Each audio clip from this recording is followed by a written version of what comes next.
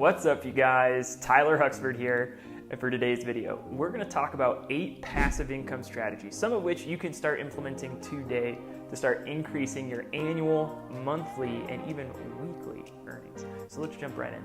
These are strategies which I've implemented in my life, and I've actually worked it up to where I now earn over $173,000 of passive income annually. This is completely separate from what I do as a career. This is also separate from what my wife does, being a nurse injector. Rather, this is passive income that my wife and I have built over the course of probably 7 to 8 years.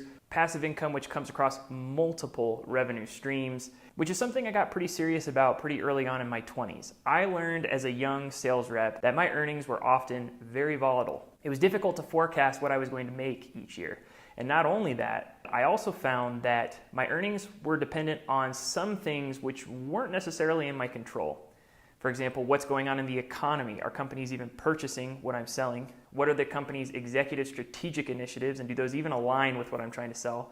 And I even learned the hard way that sometimes our earnings can be impacted based off of our own company's strategic initiatives. I'll share my own personal experience of when passive income became extremely important to my family and I. I was actually pretty recently let go from a position which I held for 8 years, a pretty high earning position, a position for which I was known for being a pretty important contributor. A venture capital group acquired my company and decided that as a part of their strategic initiative, there was going to be a 25% reduction in force. And so many of us with high paying positions found ourselves without jobs, without any notice. Now, obviously losing a job like that, something I had done for 8 years, and all of a sudden losing it without any notice whatsoever could have been devastating, could have been terrifying, but in reality, we had all kinds of passive income to fall back on. There was security, there was padding there for such a tragic event. So whether you're here to pad or add security to your own 9 to 5, or maybe you're nearing retirement and would like to see some passive income trickling in, or maybe you're just an entrepreneur who's looking to increase their earnings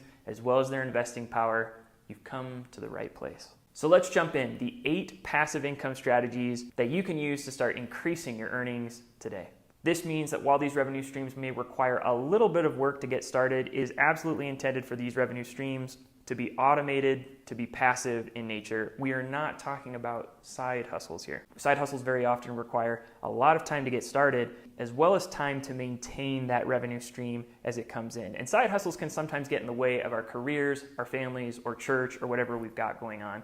For today's list, we will be focusing only on passive income streams. So as we go through this list, I'm going to be providing a TMR grade. T for the time it takes to get started in these passive income ideas, M for the money it takes to get started, and R for the risks involved in getting started. And as we go through this list, we're going to go through the strategies that require the lowest amount of time to get started and work our way up to the ideas which may take just a little more time to get started, but can become incredibly lucrative passive income streams for us later on in life. So let's jump in. So strategy number 1, make sure you have a high yield savings account. I don't want to spend too much time on this one. This one isn't really an idea, more of a reminder. We all need a place to put our savings or our 6-month emergency funds, folks. Make sure that you're placing it in a high-yielding savings account. There are saving accounts out there, like SoFi, for example, which offer 4.6% interest on whatever you've got in your savings account. So if you have $10,000 saved, you can earn $460 just for placing your money in a bank like SoFi.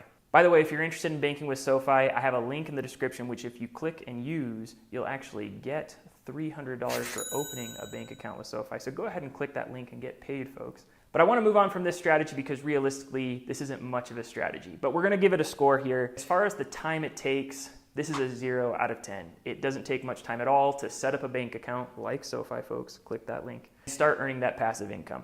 As far as the money it takes to make money this way, this is a 10 out of 10. Realistically, if you had $1 million saved up in a high-yielding savings account, this would earn you $46,000 a year. A lot of people would like to have that, but there's an easier way to make $46,000. It doesn't take $1 million to do that, leveraging the other strategies on this list. But the risk score is probably the biggest benefit. This is a 0 out of 10. There is absolutely no risk in having your money saved in an insured bank account like SoFi, folks. Click that link. That's all I really have to say about that. Let's move on. Passive income strategy number 2, dividend stock investing. So we're not talking about investing in the stock market in general here, and we certainly are not talking about day trading here, folks. Good day trading requires an exceptional amount of research, an incredible amount of attention day in and day out as far as what's going on in the market. Not only that, but frankly, it requires just a lot of luck. Dividend stocks are companies, funds, and even ETFs which pay a portion of their profits out to shareholders in distributions known as dividends. These distributions are paid out sometimes monthly and most often quarterly. But these distributions are relatively small in nature. So using one of my favorite dividend ETFs as an example here, my favorite dividend ETF is the Schwab US Equity Dividend Fund, ticker symbol SCHD. SCHD is an ETF, meaning a basket full of stocks, which has performed exceptionally well in the last decade and which pays a 3.83 dividend yield. This means that you're going to receive 3.83% of whatever you have invested in that ETF over the course of the year, broken up into 4 quarterly payments. So just using an example of the $173,000 which I'm earning in passive income annually, if you wanted to earn $173,000 just from investing in dividend stocks, you would have to have $4.5 million invested in the SCHD ETF.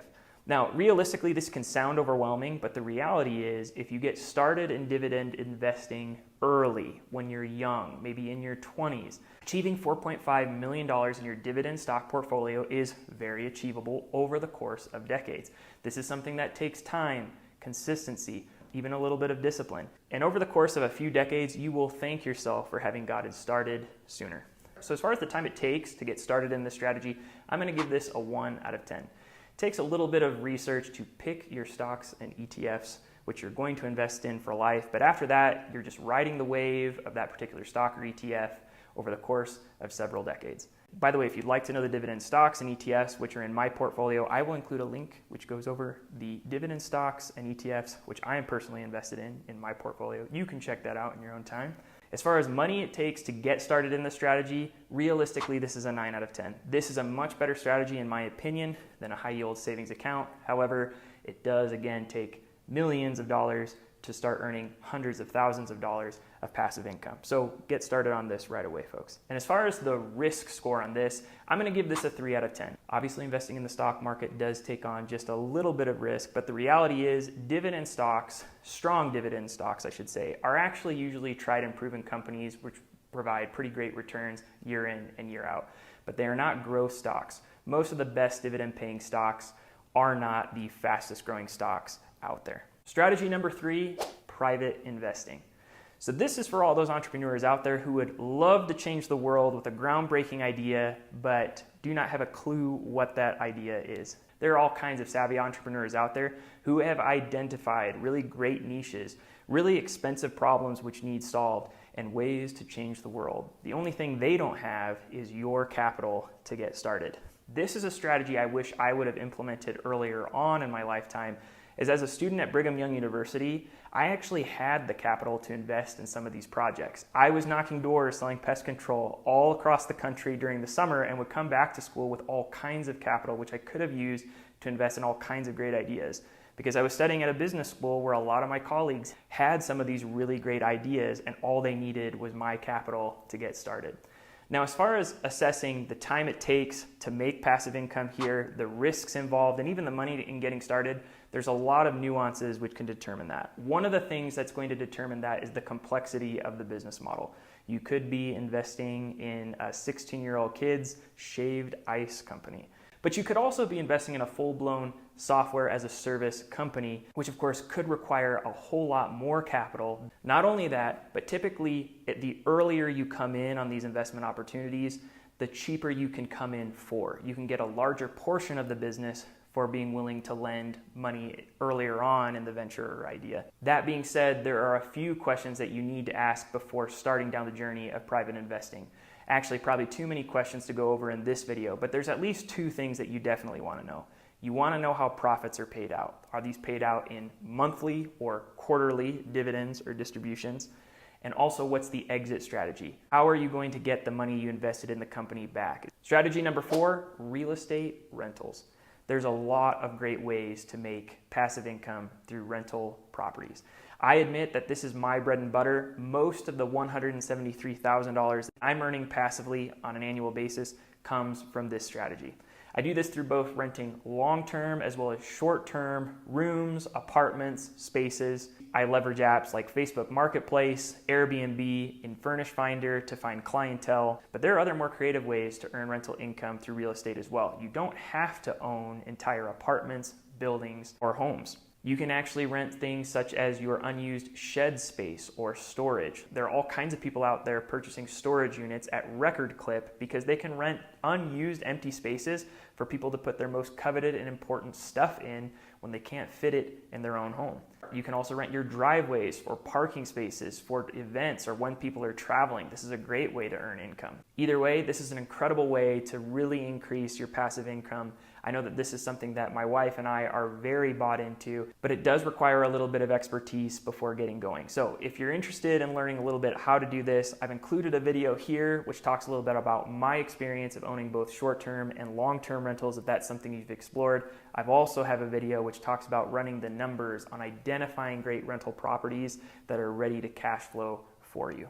If you're interested in those videos, go ahead and check those out, folks. And subscribe to the channel, give some support here. That being said, time to get started. I'm going to give this a 5 out of 10. Even being a private landlord, which I am, I actually manage all of the properties that we own privately. It is completely possible to manage your properties in a way that this doesn't become an intense side hustle. I do give this a 5 out of 10 though, because depending on things like who your tenants are, where your properties are located, and the amount of work that your properties need to get them going, this can range anywhere from, again, that 1 to 5. The goal is to find the property where it's a true 1. Although there are some incredible rewards if you're interested in the property, which may be a 5 on the time it takes to get started. You can find some really great deals that are 5 out of 10 on the time it takes to get started. As far as money it takes to get started, I'm gonna rate this a 5 out of 10 as well. You can be making hundreds of thousands of dollars in passive income for a fraction of what it would take to make the same passive income by investing in dividend stocks. With maybe $50,000 for a down payment, you could actually set yourself up to where you're earning a 25% cash on cash return, meaning you're earning about $13,000 of profit by investing $50,000 as a down payment for a rental property. There are very few strategies on this list that can earn you that amount of income for just that low of an investment. And as far as the risk score goes, this is another benefit of rental properties, by the way. This is a 3 out of 10. The real estate market is one of the most solid and consistently performing markets in the US economy. That being said, there are such things as nightmare tenants out there, and we do have to factor that in. Strategy number 5, asset renting. So even if you don't own an apartment, a storage unit, a parking space, a house, there are plenty of unused things, likely collecting dust in your garage or your closets, which you can rent out to people who would really like to use your stuff. I'm talking about things like your motorcycle, like your truck, like your yard equipment, like your camera equipment, those clothes which don't fit you anymore and you're keeping because you're in denial that you might be able to fit those someday. You can rent all of that stuff, and there are some really great apps out there that are specific to the items you have and which bring the clientele directly to you. Not only that, but a lot of the risk of renting these items is mitigated because a lot of these apps ensure to insure your items as you're renting them out. That being said, the time it takes to get started from this, I'm gonna say is closer to a 7 out of 10. So item renting or asset renting is a little more transactional in nature. You're gonna have to be messaging back and forth with those renting your items. You're likely gonna have multiple people wanting to rent your items in a given month. It's gonna require a little bit more work than, say, a year-long lease for a long-term rental property or even a month-to-month rental property. So there is a little bit more work involved, and though there are ways to automate this inevitably becomes a side hustle pretty quickly. As far as money it takes to get started, this is a 0 out of 10. Though there are folks out there who will buy brand new trucks or vehicles with the idea that they can rent those vehicles or assets, things like boats, RVs, for more than they purchased it for, I don't recommend this. Go ahead and rent the stuff that you've already purchased. Don't buy anything you don't need. Start renting the stuff that's collecting dust in your closet in your garage. And as far as the risk goes, again, this is a 2 out of 10 because, again, items that you're renting very often in these specialized apps are insured, so if things do get lost or stolen, you're going to be taken care of. Strategy number 6, create digital content. This has quickly become one of my favorite avenues for passive income. There are creators on YouTube, social media, blogs and forums, and there are even website and course creators out there making serious money. A lot of the times the revenue model for this strategy comes down to two things: ad revenue from viewers, bloggers tuning into your digital content, as well as course fees for any products, courses that you're putting out there. I have a colleague who actually sells a course which helps young sales professionals develop their skills in the software space. He sells this course for $100 a course. This course is actually really sleek. It's got some incredible material. I personally have tuned into this course. It is an incredible value for just $100. He has had over 3,000 people download his course. Do the math on that. Ad revenue is also an incredible way to make earnings from your digital content. YouTube is a great way to earn passive income like we're talking about. Now are some requirements. In order to earn money as part of a YouTube channel, you have to be a YouTube partner, which you won't achieve until you have at least 1,000 subscribers and you've also achieved more than 4,000 hours of views on your channel. Once you've done that though, you're ready for monetization. I have a specific YouTube channel, not this one because this one is still quite small, but I have another channel that is geared towards a very specific niche, the niche being saltwater fish tank keeping or coral reef tank keeping. This is a channel that I just started due to my passion for a pretty niche hobby, in a hobby which is full of folks who would love to have all the information they can in either getting started in the hobby or increasing the results they're seeing in their tanks. This channel quickly became a monetization machine, and I now earn several $100s and sometimes even over $1,000 just talking about a hobby which I love. It makes me feel a little less guilty when I'm out there buying really expensive tropical fish. So that being said, I grade this a 7 out of 10 on the time score. That's the one thing about this specific avenue of passive income. It does require a lot of time to create this content or these courses. There's very low barrier to entry in this space. Anybody with a camera can create digital content, but not everybody has the time to create the content. As far as the money it takes to get started, I'm gonna give this a 1 or 2 out of 10. If you wanna get fancy and get really expensive camera equipment, audio equipment, you can, but realistically, with a phone, you're ready to go. You can be a digital content creator. As far as risks go, this is a 0 out of 10. You've got nothing to lose in creating great digital content. Strategy number 6 ties directly into strategy number 7, which is affiliate marketing. So once you have that digital platform, which is being seen, attracting attention, in other words, you've got viewers, subscribers, maybe other niche hobbyists tuning into your content, you're then ready to start implementing an adjacent passive income strategy called affiliate marketing. There are all kinds of companies out there looking for digital creators like you who have persuasive skills, who are really captivating speakers, who have really loyal audiences, who are bought into your opinions. There are commission structures out there where by signing up as an affiliate for these companies, you can actually promote products and other services and make a portion of the commissions of those transactions as a result of people finding these products through your content. Now, most big companies follow affiliate marketing plans, and you can either do a little bit of digging by looking on their site to figure out how those schemes work, but you can also just reach out to these companies directly and ask. That's actually more my style. I like reaching out to the local fish stores, to the online tropical fish and coral sellers, and offer my services as an affiliate marketer. If you do it this way, though it does require a little bit of work, a little bit of moxie, this does put you in a position to negotiate your own terms and actually earn some pretty lucrative commissions. And if you don't feel like reaching directly out to these companies, fear not. There are websites like impact.com or rewardful.com where you can actually find companies looking for digital creators just like you to promote their products, increase their sales, and they'd love to share their commissions to you. Time it takes to get started on this one, I'm going to give this an 8 out of 10. It does require a little bit of digging, and my own personal strategy for affiliate marketing is to reach out on my own and negotiate my own terms. This does take just a little bit of work. Not only that, but I am building off of the last score of a 7 out of 10 for creating digital content, as realistically you need to put in the time to have the digital content to make the noise in your space to attract the affiliate marketing attention. As far as money it takes to get started, this is a 0 out of 10. It costs you absolutely nothing to do this other than the fact that you must have a really great platform for promoting these products. And as far as the risk getting involved, this is also a 0 out of 10. For this reason, the fact that it takes no money and there's no risk involved with these affiliate marketing programs, this is one of the #1 ways that influencers as well as content creators like to make earnings through passive income. All right, we finally made it to strategy number 8, which is to build digital solutions or software as a service.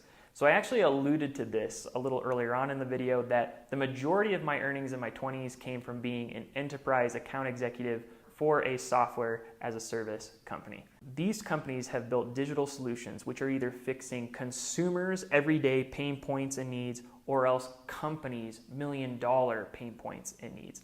Typically, these companies follow a subscription model where users of a platform pay a subscription to get access to a software that makes their daily tasks, their job, their research much easier to achieve. This is an incredibly fast-moving space, and there are some OG companies out there like Microsoft, Salesforce, or Workday, which have been around a long time and which have built really comprehensive end-to-end solutions for big company problems. But those big companies are constantly on the lookout for what are called point solutions, meaning softwares that fix a relatively niche or small pain point, but a compelling pain point.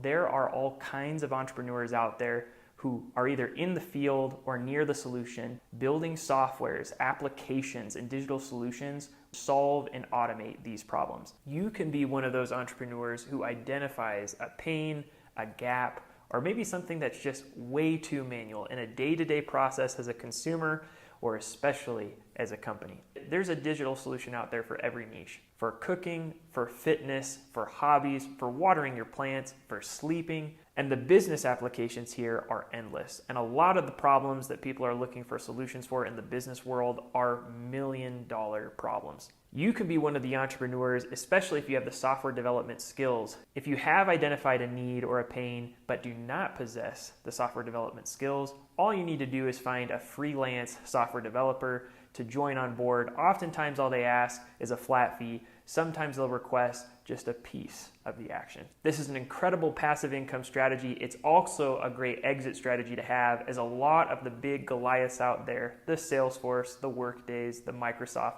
love to acquire these point solutions that entrepreneurs are building out each and every day. Now, as far as the time it takes for this specific strategy, this once again is a 10 out of 10. It takes a lot of time to get started, but once you get started, the return on your investment for time and usually your investment on the money is absolutely incredible.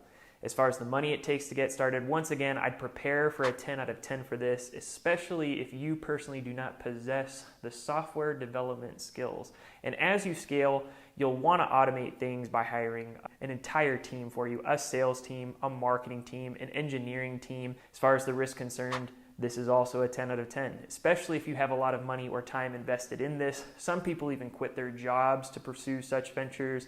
Everything hangs on making that solution not only a passive income machine, but at that point you're banking on an incredible exit strategy as well, which can be incredibly rewarding, folks. That's all for today's video. Hopefully you enjoyed today's content. If you did, once again, go ahead and like and subscribe. Join the Tyler Huxford family. Tune in for next week's video, folks, and safe investing out there.